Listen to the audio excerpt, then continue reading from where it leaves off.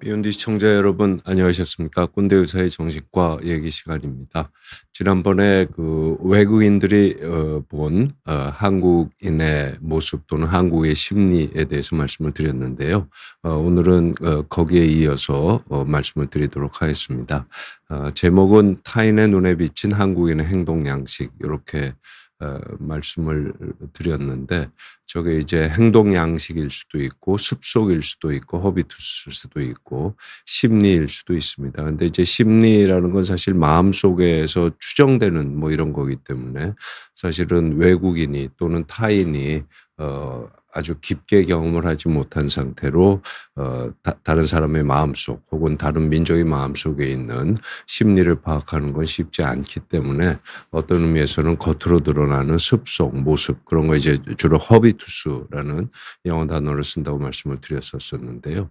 한국어로 번역하면 행동 양식 정도가 되겠습니다.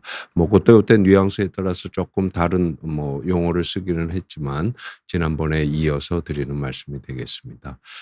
지난번 시간에는 주로 이제 그 한국인의 이제 원래 조상이 됐던 분들이 그 인류가 이제 아프리카에서 65,000년에 출발을 해서 약 15,000년에 걸쳐서 전 세계로 퍼졌고 정확하게 한반도에 언제 이제 우리의 직계 조상들이 들어왔느냐 하는 거에 대해서는 알지는 못하지만 대충 봐서는 한 수만 년 전. 왜냐하면 이제 최대 극민기라는 게 한 26,000년에서 3만 년 된 걸로 보니까요. 아마 그 이후에 이제 한국인의 원형이 이제 한반도로 들어왔을 거고 또 이후에 진출한 이주민들이 섞여갖고 이제 한민족이 성립이 되었다. 하지만 단일 민족은 아니다. 이런 말씀을 드렸습니다. 그래서 이제 우리가 흔히들 이제 중고등학교 때 배운 식으로 얘기하면은 인류의 역사 발전 단계 이렇게 얘기할 때 신석기 혁명이 굉장히 중요하게 치잖아요. 그래서 이제 메소포타미아 그 유프라테스 티그리스 강 유역에 있는 그 중동 지역의 메소포타미아를 기준으로 했을 때 농경을 시작한 게 이제 신석기 혁명이라고 그랬을 때 대개 한 10,000년쯤 된 걸로 보죠. 그래서 10,000년쯤 전에 농경이 시작됐고 그러다 보니까 인구가 이제 증가하고 또 잉여 농산물이 생기고 도시가 발달하고 종교가 생기고 중앙 집권화된 그런 이제 국가의 형태를 갖췄다. 이게 이제 인류의 보편적인 발달 단계다. 이런 어떤 담론이 꽤 최근까지도 이제 지배를 했죠. 그래서 그런 거에 반해서 한국은 그런 의미에서 문명화된 거, 농경화된 거는 이제 상대적으로 늦어졌다 이렇게 말씀을 드렸고요. 그리고 문명화되기 이전에 어떤 수렵 채집, 그다음에 이제 어로 이런 생활을 하면서 한국인이 생활을 했기 때문에 또 어떤 생활 환경에 따라서 한국인의 심리가 결정되는 부분이 있기 때문에요. 한국인의 깊은 심리는 이런 이제 야생의 생활 또는 뭐 야만의 생활이라고 말씀드릴 수도 있겠지만 그런 식의 수렵 채집계 형성된 이런 부분이 있는데 오늘날의 관점에서 보면 한국 사람들이 뭐 지난 시간에도 같이 말씀하신 분들 댓글로 달아주신 분들도 동감을 하셨지만 제가 생각해도 한국 사람들은 굉장히 근면성실하고 똑똑하고 또 창의적이고 창발적인 뭐 이런 부분이 있습니다. 근데 이런 부분이 아마도 이런 상대적으로 문명화가 늦게 됐고 그다음에 수렵 채집기에 활발하게 활동했던 것들이 한국인의 어떤 똘똘함 또는 심리나 습속을 형성한 거다. 이런 말씀을 드렸습니다. 그러면 이제 오늘은 그 이후에 어떤 타인의 눈에 비친 한국인의 심리, 그다음에 행동 거지 이런 거에 대해서 말씀을 드려보는 시간을 갖도록 하겠습니다. 오른쪽에 있는 그림은 이제 뒤쪽에서 바라본 북한산 삼각산의 모습이고요.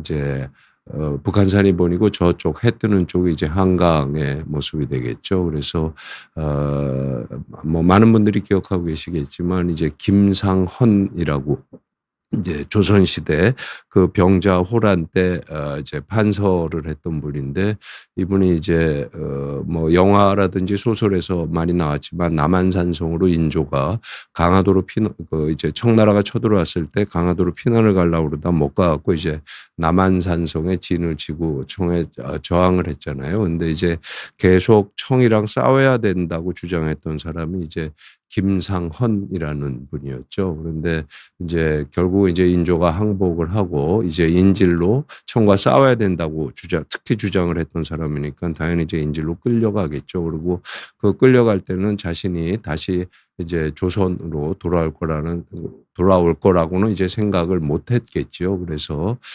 이제 그 유명한 가노라 삼각사나 다시 보자 한강수야. 그다음에 고국 산천을 떠나려 하려마는 시절이 하수상하니 울동말동하여라, 이런 이제 시조를 짓고 총으로 끌려간 이런 게 되겠습니다. 근데 사실은 이제 국제 정세가 바뀌면서 청나라가 유화책으로 이 김상헌이랑 최명기를 다시 조선으로 돌려보냈죠. 근데 일약 이제 영웅이 돼서 돌아왔습니다. 왜냐하면 이제 뒤에 말씀드리겠지만 조선 시대라는 게 어떤 의미에서 굉장히 독특한 부분이 있는데 한마디로 얘기하면 이제 친명 배금 정책이라고 그래갖고 사실은 이제 병자호란이 일어나고 청나라가 명나라를 멸망시키고 이제 중국을 장악하게 됐는데 사실 조선의 지식인이나 어떤 이데올로기는 지금 세력을 얻고 있는 청나라는 우리가 인정을 못하겠고 이미 망해 없어진 명나라를 우리는 정신적인 어떤 우리의 뭐라 그래야 되나요? 하여튼 종주국이라는 말까지는 그렇지만 어쨌든 우리가 이제 숭상하는 대국이다, 이런 식으로 된 걸로 이제 친명 이제 배금, 배청 이런 식으로 얘기를 합니다. 그러니까 그 이데올로기에 딱 맞았던 사람이죠. 그래서 이 김상헌이라는 분이 또 그 형인 김상용은 왕 따라 이제 강화도로 가다가 이제 죽게 됩니다. 그래서 조선 최고의 이제 노블레스 오블리제가 됐고요. 그리고 이제 왼쪽에 보이는 그림이 여러분들 잘 아시다시피 그 정선이라고 있잖아요. 정선, 그 진경상수화를 그렸던 그 화가가 그린 청풍계라는 그림인데요. 쉽게 얘기해서 그 후원자였습니다. 이 장동김 씨들이요. 근데 장동김 씨라고 얘기하는 건 뭐냐면 이제 여러분들 이제 세도 정치할 때 안동김 씨라는 얘기 많이 들어보셨잖아요. 그 일파가 지금의 그 청와대 옆에 있는 그 청운동이라는 데 별장을 짓고 살았고요. 아까 방금 말씀드린 저기가 이제 김상용이 터를 잡고 살았던 터인데 그 후손들이 대대로 저기에 이제 사실은 경치가 굉장히 좋은 곳입니다. 저기에 이제 살아서 저 사람들과 그 후손들을 이제 장동김 씨라고 일컫죠. 그래서 이제 흔히도 이제 안동김 씨의 분파인데 사실은 이제 시작은 굉장히 이제 숭고하게 시작을 했는데 저게 이제 후손들로 내려가면서 조금 변질이 됐다고 그럴까요? 그래서 이제 막판에는 세도 정치로 조선이 망하게 하는데 일조를 한, 그러니까 선조들은 훌륭했지만 후손들은 못났다.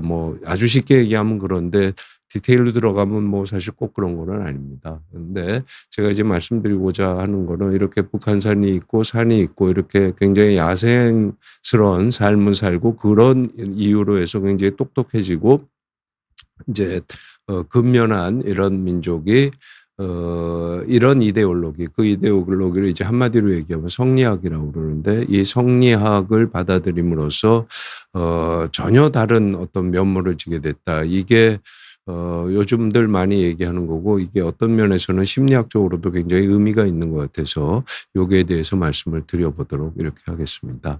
그래서 조선이라는 국가의 이데올로기다 그러면 성리학을 보통 얘기합니다. 성리학은 이제 네오 컨퓨시즘, 그래서 신유학이라고 그러죠. 그러니까 우리가 잘 알고 있는 공자맹자를 이제 전통적인 의미에서 유학이라고 그러면 신유학이라는 건 그보다도 한참 뒤인, 그러니까 남송시기, 그러니까 13세기에 주희라는 사람이 기존의 성리학을 바탕으로 해서 상당히 불교적인 측면을 곁들여 갖고 새로운 유학을 창시했는데 이게 이제 우리나라로 치면 고려시대 말에 들어와서 조선을 건국하게 된 이데올로기가 됐고요. 그다음에 뒤로 갈수록 이게 굉장히 교조화됐습니다. 그래서 쉽게 얘기해서 중국은 이미 명나라가 없어지고 청나라가 되면서 유학의 풍조도 성리학에서 양명학으로 넘어갔는데 조선에 있어서는 양명학이 이제 말하자면 이단이다 이렇게 생각을 하는 거죠. 그래서 양명학은 배척을 하고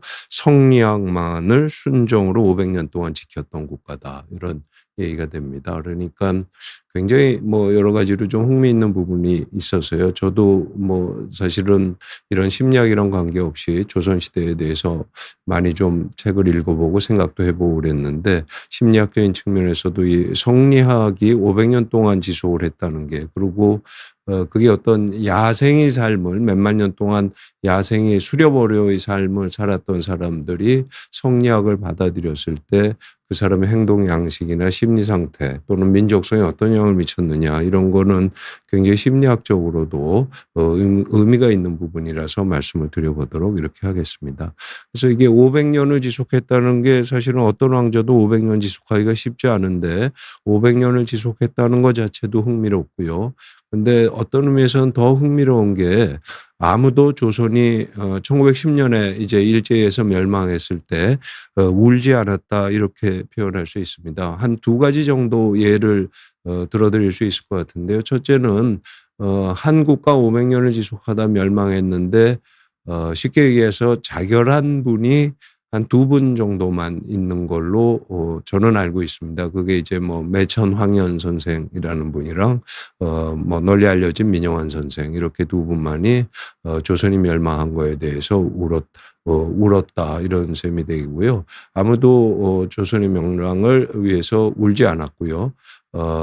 또 어떤 의미에서는 사실은 조선은 그 왕도 왕이지만 사대부들이 왕을 이제 뒷받침해서 지속되었던 그런 국가들거든요. 그리고 성리학이라는 게 종교는 아니지만 상당 부분 인간의 행동을 아주 철저하게 규율했다는 부분에서는 종교적인 측면이 있는데요. 그 성리학자들의 뭐 비유로 얘기하자면 사제라고 얘기할 때 그 사제가 사실은 사대부에 해당이 되고요. 그 사대부에서 가장 존경을 받았던 인물들이 아까 말씀드렸던 김상헌으로 비롯되는 장동김 씨들이다 이렇게 얘기할 수 있습니다. 그러니까 굉장히 이제 다른 사람들은 조선에 반대하고 성리학에 반대를 하더라도 사제들이니까는 사실은 이 조선의 성리학을 계속 지켜야 될 것 같은데 사실은 구한 말에 천주교가 우리나라에 들어왔을 때 물론 이제 이 천주교에 심취한 사대부들은 당시 집권 세력이었던 뭐 노론이라든지 경화사족이라든지 이런 사람들은 아니고 약간 권력으로부터 소외되었던 남인 계열의 사람들이 많기는 했지만 이분들이 다 성리학을 버리고 성리학을 버렸다는 건 말 그대로 맞는 얘기입니다. 왜냐하면 성리학에서 제일 중요하게 생각하는 건 관원상제인데 이 사람들이 이제 조상을 위해서 제사도 안전하겠다는 천주교를 받아들이게 된 거니까요. 사실상 굉장히 이제 천지개벽하게 된 이런 부분이 되겠습니다. 그러니까 성리학 자체는 이론이 뭐 굉장히 아름답고 어떤 의미에서는 뭐 저도 어렸을 때 저희가 받았던 교육이나 사회의 어떤 문화 같은 것들이 성리학을 토대로 이루어진 것들이 상당히 많은데 그런 것들이 한순간에 무너져 버렸고 하지만 이 무너져 버린 거에 대해서 울지 않았다는 게 굉장히 흥미로운 부분이다 이렇게 말씀드릴 수 있을 것 같습니다. 그리고 저게 조선의 멸망을 위해서 울지 않았다는 또 하나의 또 증거는 사실은 이제 일제 시대에 독립운동을 많이 했잖아요. 근데 독립운동을 했을 때 여러 가지 방향 중에 가장 중요한 방향은 조선을 다시 세우자 이런 방향이어야 될 거 아닙니까? 예를 들어서 뭐 백제가 멸망하는데 후백제 부흥운동이 있었고 뭐 이제 후고구려 이런 운동이 있었는데 후조선을 세우자든지 또 조선의 왕조를 다시 세우자든지 이런 움직임을 이제 복벽주의다 이렇게 얘기를 하는데 복벽주의는 사실상 없었던 이런 겁니다. 그래서 이 500년을 지속한 국가가 마지막에는 그 정신적인 기둥이 되는 거를 내다버렸다 이런 부분이 상당 부분 이제 흥미로운 부분이 있는 것 같습니다. 그래서 조금은 뭐 어려운 수는 있는 책인데 저는 이제 상당히 재미있게 봤던 책입니다. 그리고 오늘의 제목이 이제 타인의 눈으로 본 한국인의 행동 양식이나 심리 이런 거니까 한 두 권 정도를 자료를 소개를 하겠습니다. 혹시 관심이 있으신 분들은 한번 읽어보시면 오늘 제가 말씀드리고자 하는 내용을 조금 더 잘 이해하실 수 있을 것 같기는 합니다. 첫째는 오른쪽에 있는 한국의 유교화 과정인데요. 저기 보면은 작은 제목이 신유학은 한국 사회를 어떻게 바꿨나 이렇게 됩니다. 그다음에 왼쪽은 역사 속의 성리학에서 네오컨피시오즘 인히스토리 이렇게 됩니다. 그래서 오른쪽은 저분이 이제 스위스 태생인데 하버드에서 공부하고 영국 런던 대학에서 이제 동양학, 특히 이제 한국학에 대해서 열심히 연구하신 분이고, 저분이 책을 쓰는 과정에서 되게 놀라웠던 게 조선왕조실록을 다 읽고 그다음에 조선왕조실록을 읽은 다음에 한국 사회를 이해하려면 성리학에 대해서 공부를 해야겠다 이렇게 공부를 하다가 만들어진 책이다. 이런 점에서 사실은 뭐 무슨 서양 사람이 잠깐 공부하고 한국의 정신세계 성리학에 대해서 어떻게 아느냐 이런 선입견을 가질 수가 있는데, 사실은 읽어보시면 그런 선입견을 싹 이제 치워버릴 수 있는 이런 책이다. 뭐 이렇게도 말씀드릴 수 있을 것 같고요. 왼쪽의 책은 피터 볼이라고, 저분은 이제 하버드 대학 교수인데 굉장히 뭐 권위자입니다. 그리고 저 책을 번역한 분은 이제 서울대 정치학과의 김영민 교수라는 분인데, 저분이 이제 또 뭐 저널리즘 같은 데서 굉장히 명문을 쓰시는 분이죠. 그리고 이제 피터 볼의 제자였고요. 그렇게 되어 있습니다. 그런데 역사 속의 성리학에 있는 서문에 대해서 한번 저자의 얘기를 읽어보겠습니다. 나는 인간은 본성상 모두 신유학자라고 생각하는 사람들과 그다음에 신유학의 철학은 유아론적 헛소리라고 생각하는 사람들의 중간에 놓여 있다. 이게 이제 피터 볼의 언급이고요. 그다음에 현대의 동아시아를 사는 우리에게, 그러니까 현대의 중국인, 일본인, 한국인 이런 얘기가 되겠죠. 신유학의 사상적 자원은 무시할 수 없는 정체성의 일부다. 저도 전적으로 동의합니다. 그러니까 성리학이 우리한테 알게 모르게 우리의 정체성을 형성한 부분이 있습니다. 옛날에 우리가 야생적으로 살았던 부분에 어떤 정체성이 남아있듯이요. 동시에 이미 상당 부분 타재화된 조성으로 존재하고 있다. 저 뒷부분이 이제 어떻게 이해하느냐 이런 문제가 있긴 한데, 그냥 쉽게 이해하시면은 성리학으로부터 좀 거리를 보고 조금 성리학에 대해서는 이제 객관적으로 생각하게 됐다. 성리학이 이제 더 이상 우리의 본질적인 부분이 아니게 됐다. 이런 부분이 될 수도 있죠. 그래서 제목은 이제 동아시아에 관련된 성리학이지만 아까도 잠깐 말씀드렸듯이 성리학의 영향력은 사실은 일본이나 중국보다 한국에서 훨씬 더 뿌리 깊었습니다. 그래서 그런 의미에서 저는 이제 한국의 조선사회 성리학이 미친 현대사회의 영향 이런 거에 대해서 한번 관심이 있으시면 볼만한 책이다 이런 말씀드릴 수 있을 것 같습니다. 요거 그냥 그림을 통해서 설명을 뭐 드리자면 이게 순전히 제 방식의 이해이긴 합니다만 이렇습니다. 맨 왼쪽에 보이는 여기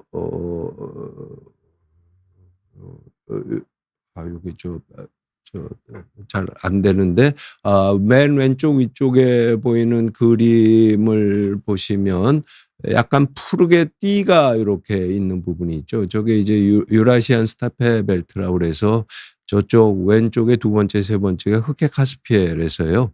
흑해 카스피해 그 저지대부터 시작해갖고 만주까지 쭉 초원길이 연결이 돼 있고, 뭐 가장 널리 알려진 건 징기스칸이 저 길을 따라서 뭐 동서를 그냥 완전히 휩쓸고 다녔던 저런 길이잖아요. 그래서 저게 이제 고대 시대에 굉장히 막강했던 그런 세력들이 존재했던 것이고요. 그다음에 위에 오른쪽에 보면은 중국 그림이 보이고 오른쪽에 한국, 일본이 보이는데, 저 그림은 이제 산지를 좀 명확하게 표현한 것 같아서 제가 이제 아마도 위성사진일 겁니다. 보여드리는 건데, 중국을 보면 이제 오른쪽 동쪽에 해안지대 쪽에 연해서 이제 곡창지대가 있고 왼쪽은 대부분 산지이기 때문에 저 오른쪽에 있는 곡창지대랑 약간 왼쪽에 저쪽이 유라시안 스테페 벨트랑 만나는 저 지역 혹은 비단기가 만나는 지역에 왼쪽으로 약간 그 꼬리처럼 돼 있는 데를 합쳐갖고 차이나 프로퍼, 그러니까 본래 차이나 지역, 뭐 중국 지역 요 정도로 얘기를 합니다. 그래서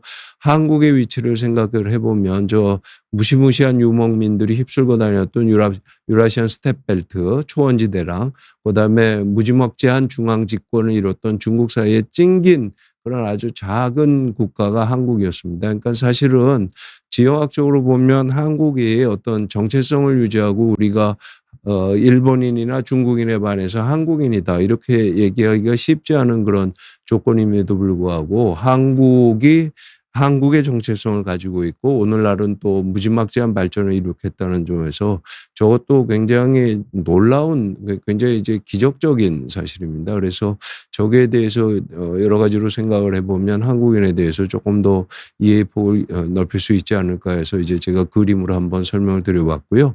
왼쪽 아래 그림은 저게 이제 오사카성 가보신 분들 많겠지만 가운데 있는 게 이제 천수각의 오사카 본성이고요. 그다음에 일본이라든지 중세 시대들은 저렇게 외적의 침입을 방어하기 위해서 해자를 둘렀잖아요.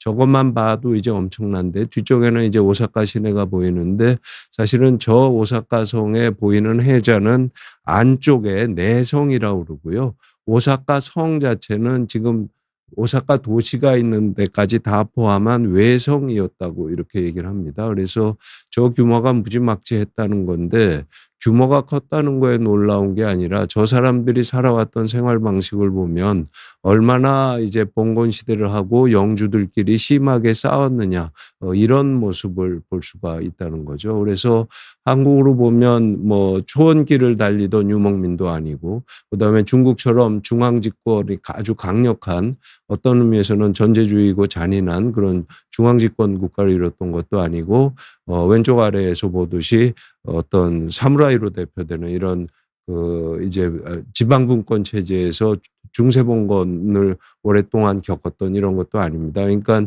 전통적인 의미에서 역사가 얘기할 때는 뭐 야만의 세월을 보냈다 이렇게 해도 할 말은 없지만 그게 어떤 우리에 대한 비하가 아니라 야만의 세월을 보냈기 때문에 오히려 한국이 중국이나 일본에 뭐 맞서서 자신의 정체성을 뚜렷하게 드러낼 수 있었던 이런 부분이다. 이런 부분이어서 말씀을 드릴 수 있을 것 같습니다. 근데 이제 오늘 주로 말씀드릴 특히 이제 구한말이라든지 한국의 개화기에 봤던 외국인들의 모습은 사실은 오늘날 이런 관점에서 생각하지만 옛날에는 사실은 문명이라는 건 메소포타미아에서 비롯됐듯이 농경을 해야 되고 도시화를 이루어야 되고 고대 국가를 형성을 해야 되고 중세에는 봉건주의를 갖춰야 되고 그다음에 중앙집권을 이룬 다음에 산업혁명을 통해서 근대화를 이루어야 된다. 이런 관점에서 보면 조선의 모습은 그 조건을 하나도 갖추지 않은 굉장히 후진스러운 모습을 띠고 있다. 이렇게도 생각할 수 있죠. 이렇게도 생각할 수 있는데 사실은 이제 내용을 들여다보시면 꼭 그렇지 않은 부분들도 있었다. 이런 부분에서 뭐 아주 수많은 사람들이 한국에 와서 그러니까 당시에는 조선이죠. 조선에 와서 여러 가지 모습들을 보여줬지만은 거기에 대해서 이제 몇 가지만 뽑아서 한번 말씀을 드려보도록 하겠습니다. 그 다카시도루라고 뒤에 곧 이어서 말씀드릴 뭐 이제 동경제국대학 졸업하고 한국에 이제 경성제국대학에 교수를 했던 사람이고 이제 일본의 총독부에 뭐 말하자면 어용학자라고 그럴까요? 총독부의 정책에 적극적으로 협력했던 그래서 이제 총독부의 한국인을 통치하기 위해서 어떤 사상적인 또는 문화인류학적인 정보를 제공했던 사람이다. 뭐 이렇게 얘기할 수는 있습니다. 근데 내용을 살펴보면 그렇게 한마디로 이렇게 그냥 치부하기에는 한번 좀 생각해 볼 부분이 있는 부분이어서 한번 제가 말씀을 드리도록 하겠습니다. 아까 말씀드렸지만 조선은 성리학으로 대표된 그런 데고 사대부들이 철저하게 성리학을 신봉했기 때문에 성리학의 가르침대로라면 이런 일이 사실 있을 수는 없었죠. 그런데 실제로는 이랬다고 하지요. 그래서 읽어보겠습니다. 조선의 관리들은 관직에 있으면서 공적인 마음 없이 오로지 이를 기회로 삼아 제 한몸과 제 집안의 사적인 이익을 얻고자 했다. 그래서 국가는 아무리 굳고이 수입을 늘려도 대부분은 중간관리 뱃속을 채우고 백성을 착취할 새로운 항목만 더해질 뿐이었다. 이런 얘기입니다. 이거 이제 일본 사람이 조선을 비하하기 위해서 썼던 얘기다. 이렇게도 그냥 쉽게 생각할 수 있지만 여러 가지 사료들을 살펴볼 때 정도의 차이는 있었고 사람마다 달랐지만 이런 부분이 꽤 있었다고 인정할 수밖에 없을 것 같습니다. 그리고 조금만 더 설명드리면 저기 제 집안의 사적인 이익을 얻고자 이렇게 돼 있잖아요. 그래서 사실은 조선 시대에는 국가라든지 민족이라는 개념이 있었던 그런 사회는 아닙니다. 그러니까 이 사람들에 있어서 그러니까 사대부에 있어서 공적인 거 이건 물론 이제 임금한테 충성해야 된다. 또 백성을 이제 아껴야 된다. 이런 의식은 있었지만 기본적으로 이 사람들에 있어서 퍼블릭한 건 국가라는 건 사실 실체가 없으니까요. 자기 문중이었습니다. 그러니까 자기가 공부를 열심히 해서 과거에 급직해서 관직에 진출하면 사실은 문중에 못 사는 사람들을 먹여 살리고 공부를 시켜야 될 이런 의무가 있었다고 생각을 했습니다. 그 문화는 사실은 나이 드신 분들은 다 이해하시겠지만은 우리 옛날에 이제 가까운 일가 친척들이 어려움이 있으면 경제적으로 도와야 되고 그 일가 친척 중에 똘똘한 사람이 있으면 양자루라도 들여서 공부를 시켜야 됐던 이런 문화에도 여실히 드러나는데요. 그렇기 때문에 사실은 결과적으로는 이제 백성들을 수탈한 이런 셈이 되죠. 그러니까 저 관리들을 비하할 마음이 있는 건 전혀 아닌데 제도적으로나 문화적으로 그런 문명이 있었다는 거 이런 부분에 대해서는 한번 짚고 넘어가야 될 것 같기는 합니다. 그래서 이제 결과적으로 어떻게 되냐면 농민들이 열심히 농사를 지어봐야 다 뺏기니까 조선 사람들은 결과적으로 이제 게으르게 살았다 이런 얘기고 실제로 기록들을 보면 조선에 살았던 농민들이 굉장히 게으르게 살았다는 이런 기록들은 굉장히 많습니다. 그런데 저 비숍이라는 분이 조선인은 절대 게을르지 않았다. 여성분이고 이제 한국에 와서 많이 체류했던 분인데 절대 게을르지 않았다. 다만 조선에 살아서 게을렀던 것이다. 그리고 평민들은 면허받은 흡혈귀인 양반에게 피를 공급하고 있다. 이렇게 얘기를 하는데 저분이 그냥 괜히 관념적으로 저런 얘기를 한 게 아니라 조선에서 사는 농민들이 굉장히 게을렀는데 또 만주에 가본 모양입니다. 만주로 이주한 조선인들이 굉장히 많았잖아요. 먹고 살기 위해서. 거기 갔더니 그렇게 조선인들이 근면하고 농사를 열심히 짓고 깨끗하고 완전히 다른 사람이더라. 이렇게 돼 있던 겁니다. 그래서 제가 지난번에도 말씀드렸지만 어떤 제도 이력이라든지 이런 거 이제 제도주의라고 얘기를 하는데 올바른 제도를 갖췄을 때 사람의 습속이 이제 양질화된다. 이런 거에 대한 어떤 극적인 증거로도 보통 언급되고 있는 부분입니다. 그래서 사실은 비숍의 언어를 빌리면 저렇게 얘기를 한 거죠. 다카시도로 얘기랑 비슷한 얘기인데 평민들은 면허받은 흡혈귀인 양반에게 피를 공급하고 있다. 이렇게 돼 있습니다. 뭐 사실은 좋게 시작한 조선이 말기에는 저런 식으로 됐으니까요. 조선이 망했을 때 일제 저항을 했을 망정 조선을 위해서 wil지는 않았다. 이런 얘기가 성립하는 거가 되겠죠.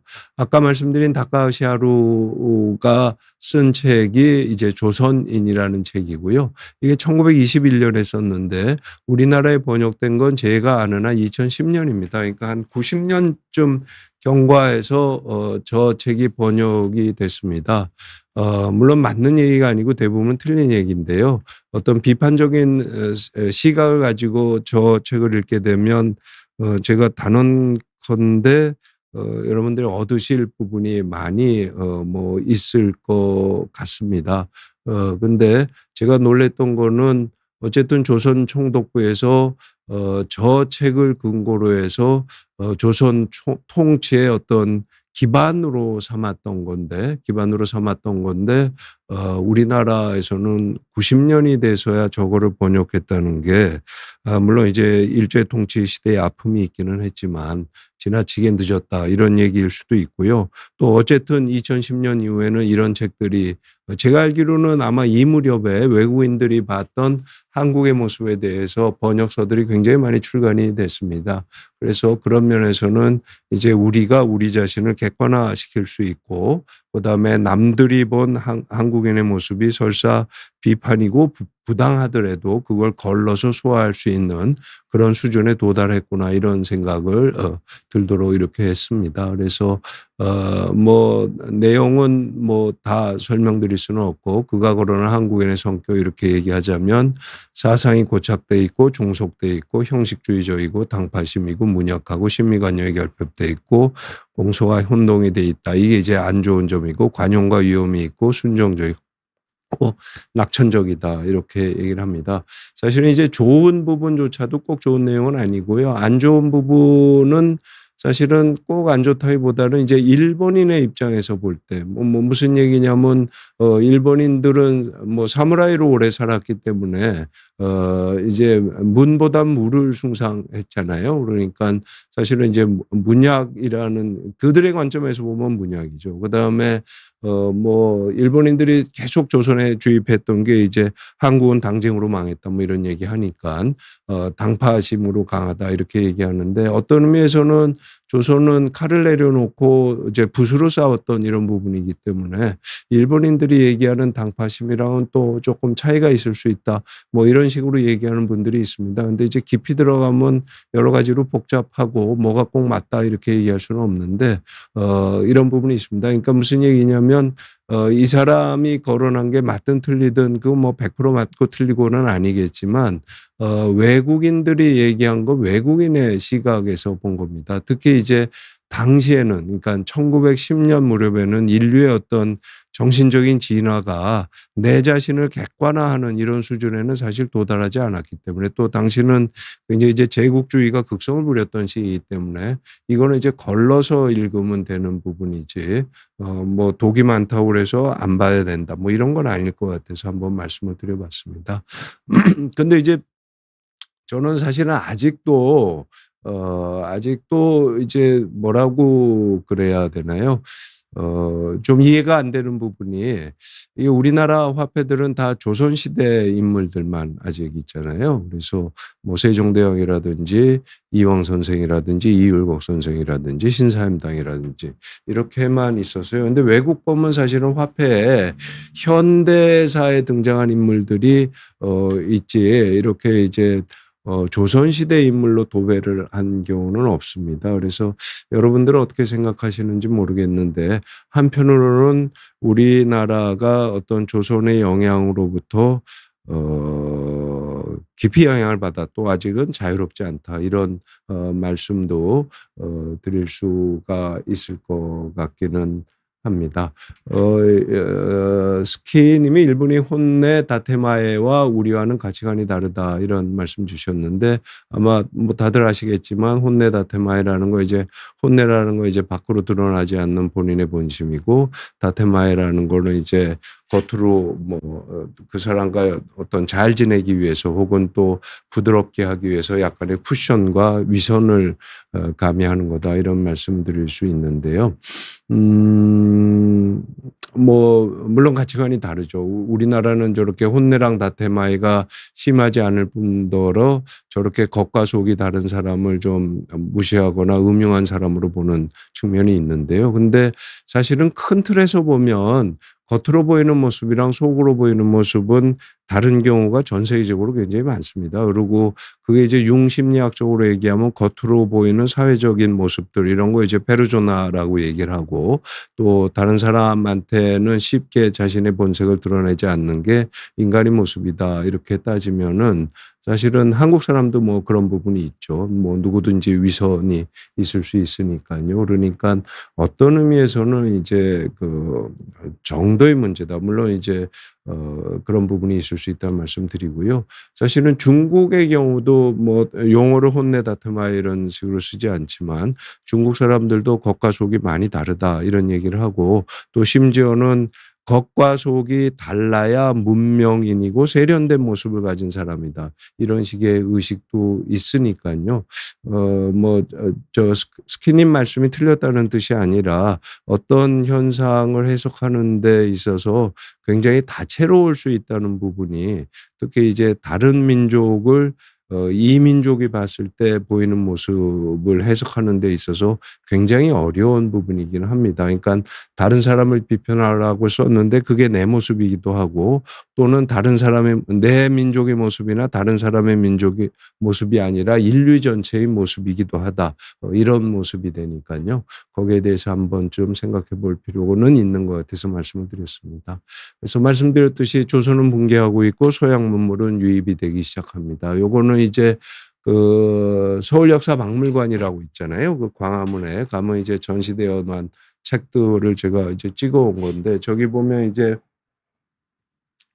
구한말 시기에 외국인들이 뭐 선교사로 온 분도 있고 여행을 오러 온 분도 있고 장사를 하러 온 분도 있고 뭐 탐험을 오러 간 사람도 있고 저널리스트도 있고 정치인들도 있고 그랬습니다. 그런 사람들이 이제 한국에 대해서 생각보다도 굉장히 많은 책을 썼죠. 그래서 이제 널리 뭐 우리한테 그냥 관용어처럼 알려져 있는 게 허밋 네이션에서 은둔의 나라 한국 뭐 요런 그리피스 저분은 이제 목사고 1882년에 된 거고요.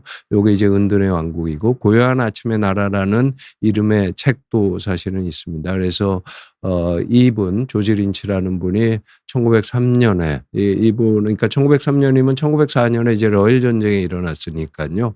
그리고 여기 오른쪽에 제목에 보시면 제국의 통로고 시베리아 횡단철도와 열강의 대각축. 그래서 저분이 이제 1903년에 저 책을 썼고 아무래도 전쟁이 일어날 것 같다 이러면서 이제 시베리아 횡단 열차를 타고 일본에서 한국으로 와서 횡단 열차를 타고 이제 유럽까지 가면서 이제 여행기를 쓴 거고 한국에 들러서 이제 한국에 대해서 기록한 글입니다. 근데 그 앞서서 이제 은둔의 왕국이라든지 고요한 아침의 나라 이거는 이제 읽었겠죠. 그렇게 보면 사실은 저널리스트라서 그런 시각이 있어서 인지는 모르지만 굉장히 이제 우리가 생각해도 인정할 만한 이런 기록들이 있습니다. 그래서 제가 읽어보겠습니다. 소박한 민족의 관습은 대단히 선진적이고 복잡하며 그다음에 독창적인 문명의 자취를 간직하고 있다. 중국 사람에게 느껴지는 이방인에 대한 미움과 배타적이고 고약한 성격은 아예 찾아볼 수 없고 있다고 해도 극히 드물다. 한국인은 친절하고 정이 많으며 남의 일을 돌봐주기 좋아한다. 양반들도 이방인들에게 정중한 편이다. 이런 글을 남겼고요. 그다음에 이제 다블리라는 분이 이제 파리외방 선교회라고 그래서 이제 천주교에서 이제 선교를 하잖아요. 그래서 선교사들을 모아서 해외로 파견을 보낸 그런 본부가 있습니다. 그게 이제 파리 외방 전교회고요. 뭐 널리 알려진 분이지만 이제 병인박해다에서 프랑스 신부들이 많이 죽었죠. 그래서 그렇게 됐는데 사실은 이분이 이제 초창기에 한국에 이제 선교를 와서 자기네 본부한테 이제 한국에 도착했고 한국에 관찰한 바를 리포트를 보낸 게 이제 1846년 기록이 있습니다. 그게 거기에 나오는 글인데 물리적인 힘이 유일한 법률이고 범죄를 부끄러워하지 않고 이해관계에 따라서만 행동하고 조국에 대한 사랑조차 알지 못하는 야만적인 나라다. 뭐 이렇게 얘기를 했는데 1860년에 되면 한국에 대한 입장이 다릅니다. 그러니까 무슨 얘기냐면 1846년에는 이제 프랑스인의 시각 혹은 선교사의 시각을 가지고 조선에 와서 봤을 때 이런 겉모습이 보였을 거고요. 그다음에 10년 넘게 생활을 하다 보니까 이제 한국인의 속살이라고 그럴까요? 이런 거에 대해서 알게 됐다는 느낌을 줍니다. 그래서 이제 어떤 기록들이 남아있냐면 이 나라에서는 자선행위를 진정으로 존중하고 실천한다.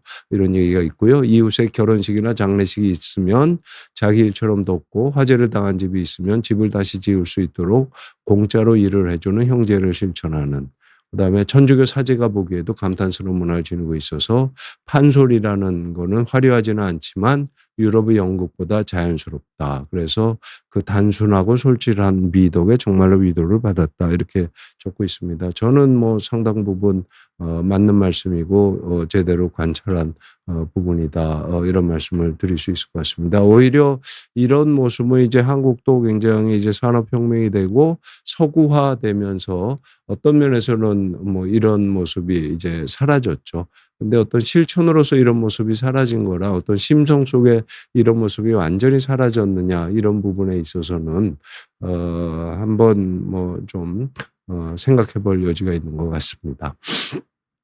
그다음에 이제 나폴레옹과 조선 이런 거 했는데 조금 재밌는 글이라서 제가 한번 가져와 봤습니다. 1816년에 세계를 여행했던 베즈롤이라는 영국인이 있었는데요. 이 베즈롤의 아버지가 나폴레옹이란 개인적으로 알았다고 합니다. 그래서 세계 여행을 하고 마치는 길에 나폴레옹이 이제 마지막 유배지잖아요. 세인트 헬레나에 들어서 나폴레옹을 만나서 인터뷰를 한 것으로 되어 있습니다. 여기까지는 팩트고요. 그다음에 그 아래 있는 글은 이제 남정욱이라는 분이 쓴 책에서 나왔던 건데 뭐 더블 체크는 못 했는데 아마도 맞는 얘기일 겁니다. 그래서 어떤 얘기를 했냐면 베즈롤이 이제 조선인들이 자신한테 얼마나 친절했는지 그 사람들이 준 술이 얼마나 달고 맛났는지 아마도 막걸리였겠죠. 떠들던 끝에 이런 얘기를 했습니다. 이 나라는 어찌나 평화를 사랑하는지 긴 역사에도 불구하고 남의 나라를 침략해 본 적이 없는 선량한 민족의 나라다. 우리가 뭐 어릴 때 흔히 그렇게 배웠잖아요. 우리가 남들의 침략은 많이 받았어도 남을 침공한 적은 없는 그런 평화를 사랑하는 민족이다. 이렇게 많이 배웠는데 이에 대해서 나폴레옹의 평가는 코웃음을 쳤다. 이 세상에서 남의 나라를 쳐들어가 보지 않는 민족이 어디 있겠느냐. 자기가 여기서 탈출해 갖고 천하를 다시 통일한다면 반드시 그 조선이라는 나라를 찾아보겠다. 이렇게 얘기를 했다고 합니다. 그래서 제가 여기에 이제 관점을 가지는 부분은 조선에 대한 내용이 아니라요. 조선을 제외한 모든 국가들 뭐 일본도 그랬고 어떤 의미에서는 중국도 그랬고 서양의 모든 제국주의 국가들은 그랬지만 다 자신의 이익을 위해서 남들을 침략했던 전력이 있는 거고 서양의 역사를 볼 때는 사실은 그런 전쟁의 역사이기는 합니다. 그래서 어떤 부분에서 한국은 진짜로 뭐 평화를 사랑한 민족이었다 이런 부분이 뭐 아주 정확하게 맞다 이렇게 얘기할 수는 없지만 그런 측면이 있다는 말씀드릴 수도 있고요. 또 뒤집어서 얘기하면 다시 거꾸로 올라가서 한국이 가졌던 지정학적인 위치, 그다음에 옛날로 돌아가면 한국의 어떤 지형, 그러니까 뭐 이제 산이 있고 들이 있고 바다가 있고 그다음에 뭐 갯벌이 있고 이런 식의 복잡한 다당한 지형에서 수렵어류와 사냥을 했다. 수렵어류랑 채집을 했던 이런 생활이 남을 침략하고 이런 거에 대해서는 관심을 가지지 않았던 이런 모습이었다. 이렇게도 볼 수 있는 측면이 있을 것 같습니다. 이거는 이제 한국의 내셔널리즘과 소국의식이라고 그래서 한국에 대해서 굉장히 연구를 많이 한 김우락한이라는 일본 분이 있습니다. 그분이 쓴 한국의 내셔널리즘과 소국의식이라는 책인데요. 제목은 그렇게 뭐 이렇게 친절해 보이지는 않는데 이것도 혹시 관심이 있으시면 한번 읽어보시면 도움이 될 것 같기는 합니다. 근데 이제 여러분들 박규수라고 아시잖아요. 그게 박지원의 이제 어떻게 되죠? 이제 손자 이제 후손이 되는 거고 그다음에 이제 개화론자고 그러니까 굉장히 이제 개명한 사람이기는 한데 그럼에도 불구하고 이제 성리학자다. 그러니까 성리학의 어떤 도덕 혹은 세계관을 그대로 여실 없이 가지고 있었다. 이게 이제 일본 사람의 의식입니다. 그래서 아까 말씀드렸던 나폴레옹이랑 대비되는 부분이 있어서 한번 말씀을 드려보겠습니다. 무슨 얘기냐면 열강의 강대한 군사적 위협에 대해 소국인 조선이 군사로 대응하기에는 불가능하다. 이게 이제 박수씨의 세계관이었고 그다음에 대국에 대한 낙관적인 신뢰가 있었다. 박 교수는 천하에는 예의가 없는 국가 따위가 존재할 리 없는다는 독특한 세계관을 가지고 있다. 이게 이제 유교적 레세페어 자유방임주의다 이렇게 얘기를 하는데 사실은 맞는 얘기인 것 같습니다. 그러니까 모든 게 이제 예로서 이루어진 세계관이기 때문에 성리학이라는 게 기본적으로 그렇잖아요. 주의가 이제 금나라에 쫓겨나서 송나라가 남송이 됐는데 그 현실을 인정할 수 없고 그러니까 금나라 치하라는 걸 인정할 수는 없고 또 어떤 중화민족의 자존심을 지켜야 되겠고 그러니까 현실은 기의 세계고 기세의 세계지만 이치의 세계에는 이 중화민족의 송나라의 정신은 그대로 남아있다. 뭐 이게 이제 주의 기본적인 세계관이라면 사실은 박규수의 세계관도 그런 거죠. 설사로 뭐 현실에서는 열강의 다툼이 있기는 하지만 세상에 이치가 존재하는 한 예의가 있고 이치를 따지는 국가가 틀림없이 있을 거다. 이렇게 봤다는 거죠. 그래서 이러한 국가를 찾아서 의존을 하지 부국강병을 하려고 하지는 않았다. 이런 얘기입니다. 그래서 뭐 일면으로는 비현실적으로 아름답기는 하지만 현실적으로 저런 세계관을 사실은 이제 조선의 지도층이 갖고 있었기 때문에 한국이 그 이후에 상당한 어려움을 겪었던 것도 이제 사실이다. 이런 말씀을 드려봅니다. 그래서 이제 결국은 쭉 넘어와서 여기까지 왔습니다. 무슨 얘기냐면 이제 RG, K 아무나 못 붙이는 거, 이건 최근에 제가 봤던 어떤 그 통신 회사의 AI 선전입니다. 그래서 우리가 굉장히 뭐 아이돌 그룹이라든지 뭐 걸그룹이라든지 그다음에 뭐 한국의 코로나 시대의 방역이라든지 이런 게 잘 되고 외국 사람들이 칭찬을 받을 때 뭐 K 방역이라든지 K 팝이라든지 이렇게 앞으로 K를 많이 붙였잖아요. 그래서 그런 관점에서 이제 AI도 한국이 굉장히 발전을 하겠다. 그리고 거기에 대한 어떤 자부심으로 K는 아무나 못 붙이는 거다. 이제 한국은 이제 더 이상 어떤 비하하거나 자존심이 상하는 게 아니라 이제 자부심이 있는 거다. 뭐 이런 얘기가 되겠죠. 그래서 사실은 모든 부분에서 이제 K라는 뭐 접두사를 붙였고, 심지어는 제가 뭐 K를 생각한다 이런 젊은 분이 썼던 책도 읽었는데요. 지금까지 말씀드린 것들을 생각하면 상당히 이제 격세지감을 일으키게 되는 이런 부분이 있죠. 굉장히 이제 핍박만 받고 자기 비하에 빠져 있던 한국 사람들이 우리에 대해서 자부심을 가지고 이제 세계로 진출하게 됐다. 이런 부분이니까요. 굉장히 그런 면에서는 변곡점에 있고 굉장히 이제 앞으로 달라질 뭐 이런 부분이 있는 것 같습니다. 그래서 이제 뭐 결론으로 이제 들어가는 말씀이기도 하지만요.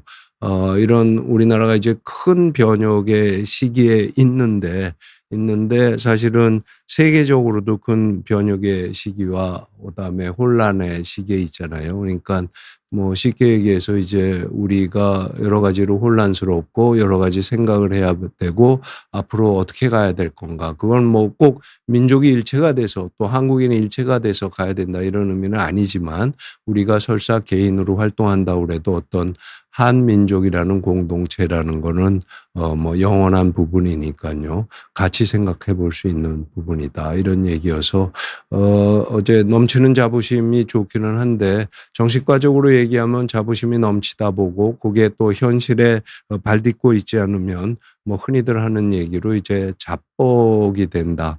뭐 이런 부분이 있을 수가 있을 것 같습니다. 그래서 비교적 이제 최근으로 와서 한번 예를 들어보도록 이렇게 하겠습니다. 요건 이제 마이클 브린이라고요. 한국 온 지가 한 40년 되시는 분이고, 영국의 타임즈의 특파원으로 시작했다가 지금은 경제업 관련된 부분에 존재하고 계시고, 아마 부인이 한국 사람일 겁니다. 그러니까 어떤 의미에서는 한국에 대해서 말할 자격이 있는 분이다. 그러니까 저널리스트로서 타인을 관찰하는 게 훈련이 돼 있던 사람이고, 한국에 오래 살았고 한국에 애정을 가지고 있고 이런 사람이니까 한국에 대해서 언급하는 건 타자의 시선으로, 외국 사람이 한국에 대해서 알아야 뭘 알겠느냐 이런 식으로 생각하지 말고 한번 좀 이제 생각을 해볼 부분이 있겠다. 이런 관점에서 생각을 해보시면 좋을 것 같고요. 이 사람은 철저하게 민주주의자고 공화주의자입니다. 그러니까 사실은 영국은 그러니까 여왕이 있는 군주제 국가이긴 하지만 이 사람의 멘탈리티가 군주제를 옹호한다거나 이런 사람은 본인 자신이 얘기했듯이 그런 건 전혀 아니죠. 근데 이 사람의 글을 보면 사실은 엘리자베스 여왕이 최근에 돌아가셨잖아요. 그때 자기도 모르게 눈물을 많이 흘렸다 이렇게 얘기를 합니다. 근데 이성적으로 자기가 눈물을 흘린 거는 이해가 되지 않는다. 왜냐하면 자기가 군주제를 옹호하는 것도 아닌데 왜 나랑 그다지 관계없는 여왕이 돌아가셨다고 내가 눈물을 흘리느냐, 이런 얘기라는 거가 됩니다. 그러니까 사실은 정체성이라는 게 합리적이거나 이성적으로 설명할 수 없는 뭐 이런 부분이 사실은 있습니다. 그래서 이 마이클 브린이라는 사람이 보기에는 엘리자베스 여왕이 돌아가신 게 사실은 엘리자베스 여왕이 그 개인으로서가 아니라 영국인의 어떤 정신을 체화한 존재다. 원래 군주제 국가에서 군주들이 그런 의미가 있잖아요. 체화한 존재이기 때문에 거기에 대해서 심적으로 공감했다. 뭐 이런 얘기가 되겠습니다. 그래서 이분의 얘기하면 한국인에 있어서 엘리자베스 여왕에 해당되는 사람은 한국인에게는 어떤 민족이 아니냐.